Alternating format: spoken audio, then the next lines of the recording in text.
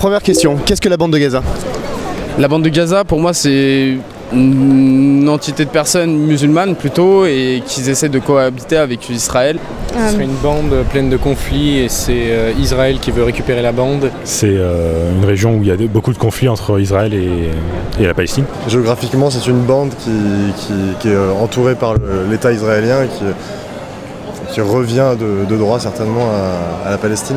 C'est la zone qui sépare la Palestine avec Israël. D'après TF1, ça serait du terrorisme, de ce que j'ai compris.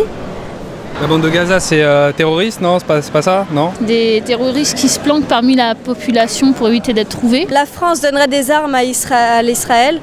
Gaza, ça serait la Palestine. C'est bien ça.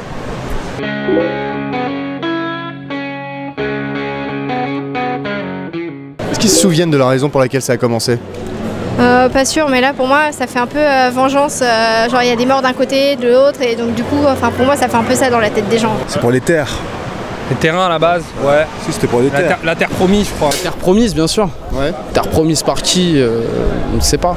Je pense qu'ils l'ont à l'esprit, mais c'est pas ce qui les préoccupe, le début du conflit. La prise de territoire par les Israéliens qui voulaient reprendre une terre qui n'était pas la leur. Je dirais que personne ne connaît vraiment les raisons. Exactement. Vraie guerre de religion ou faux prétexte selon vous? Franchement, ça fait des années qui sapent sur la gueule, donc forcément, on en vient à se demander des fois. Surtout un problème de territoire, mais qui a été offert aux Juifs, donc c'est là que vient le problème de religion. Si au début ça part de guerre de territoire, mais à mon avis là ça file plus guerre de religion qu'autre chose là. Faux prétexte politique. Bien sûr, faux prétexte. Faux prétexte, c'est surtout pour le pétrole qu'il y a des conflits là-bas. Moi j'ai dit, le pétrole, bientôt il n'existe plus.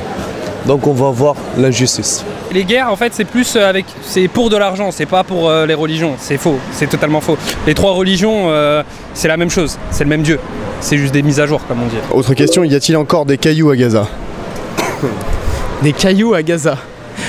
Je pense que s'il y avait des cailloux à Gaza, bah oui, ils utilisent que ça pour se battre, sinon on serait derrière eux et il n'y aurait pas que des cailloux, il y aurait des êtres humains. Il n'y a que ça, il y a que des cailloux. Ils ont tout détruit. Et tout le monde ferme sa gueule. Ils ont tous été lancés, là, c'est marrant. Ah non, il reste toujours les cailloux des ruines des bâtiments. On peut toujours s'envoyer des cailloux des plages. Bataille de briques. Ouais. Après les dernières requêtes, je pense qu'il y a un grand nombre de cailloux, même de gros cailloux. J'espère. Ils ont que ça de toute façon. J'espère qu'il y en a encore. Est-ce que vous vous sentez concerné par cette guerre? On est toujours concerné par cette guerre. Ça touche des humains, on est tous humains. Bah, j'ai un peu honte de le dire, mais pas tellement. Enfin, c'est loin, c'est pas mes religions. Se sentir concerné directement, non, parce que ça se passe pas dans nos rues, ça se passe à l'autre bout du monde pour nous. J'ai de la famille musulmane, donc Palestine, musulman, bon, un peu des frères. Ouais. Donc je suis un peu concerné, mais directement non. Je prends part à aucun conflit en rapport avec la religion de toute façon, donc non, ça ne me concerne pas. Tous les juifs sont-ils rattachés à l'État d'Israël selon toi?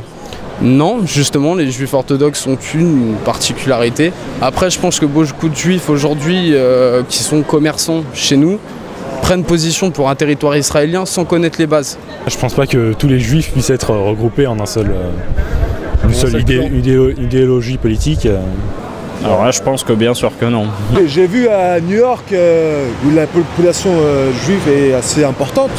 Vous avez des manifestations contre l'Israël. Je pense pas que la majorité soit là à se dire il faut qu'on explose Gaza ou ce genre de choses, quoi. Que diraient Moïse et Mohamed de ce conflit? Il dirait il y aura un grand non à ça. Pas de guerre, c'est clair. Je pense que ça sera ça pour les deux. Ils auraient bien trouvé une solution pour qu'il y ait la paix de toute façon, mais c'est le principe de la religion à la base, mais qui n'est pas respecté comme on peut le voir. Mohamed et Moïse, je pense qu'ils se diraient serrez-vous la main et oubliez les finances. Ouais, je pense que Mohamed serait deg, il lui dirait peut-être ça le juif. Pour moi, ils sont les deux des prophètes qui interdit de tuer quelqu'un. Ouais, c'est tout. Dans les deux religions, on est contre la guerre. Et pour la paix, bien sûr. Reconstruire Gaza coûterait au minimum 6 milliards de dollars. Qui va payer ça? Je sais pas, Dieudonné. Il y a beaucoup de choses dans le monde qui coûtent beaucoup d'argent et personne derrière pour financer, donc la reconstruction elle sera forcément que partielle. Mais les pays arabes, l'Arabie Saoudite, pourquoi ils bougent pas? Pourtant eux ils sont main dans la main avec les États-Unis, tout ça. C'est bizarre qu'ils bougent pas. Pourquoi ils bougent pas? Ils ont de l'argent à mourir. Qu'il va investir, c'est pas qu'il va payer. Ouais, qui va coloniser? Bah oui, c'est tout. Je pense qu'Israël a probablement plus d'argent. Ouais. Donc ils pourront reconstruire, mais ce serait surtout pour les Israéliens et pas pour les Palestiniens. À mon avis, c'est les Palestiniens eux-mêmes qui vont reconstruire Gaza. La guerre est trop avancée pour savoir déjà quand ça se terminera. Et la reconstruction, je pense qu'on verra plus tard. Est-ce qu'ils se déplacent toujours en bande à Gaza? Bah non, ils sont en train de détruire la bande. C'est ça qui est dommage. J'y suis pas, mais en tout cas, je serais avec eux si c'était en bande. Je suis pas sur le terrain, je peux pas vraiment voir. Par rapport aux bandes d'en face, ils sont pas énormes, je pense.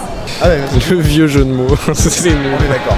Ok, si j'ai bien compris, la bande de Gaza serait une entité de personnes entourée par l'État d'Israël et d'après TF1 c'est du terrorisme. Personne ne connaît vraiment les raisons du conflit et beaucoup pensent que c'est un faux prétexte pour prendre les derniers cailloux des ruines des bâtiments. La reconstruction c'est pas pour tout de suite. Peace and love bordel. Alors, Paris parle de quoi la prochaine fois? Tu peux poser ta question sur YouTube, Facebook, Twitter, Google+. Tu peux t'abonner en cliquant ici. Ah oui, Instagram c'est pour les photos. Allez, ciao. Un dernier mot sur ce conflit? Serrez-vous la main, évitez les banquiers et vous êtes frères avant tout. C'est beau ça. Faites l'amour, pas la guerre.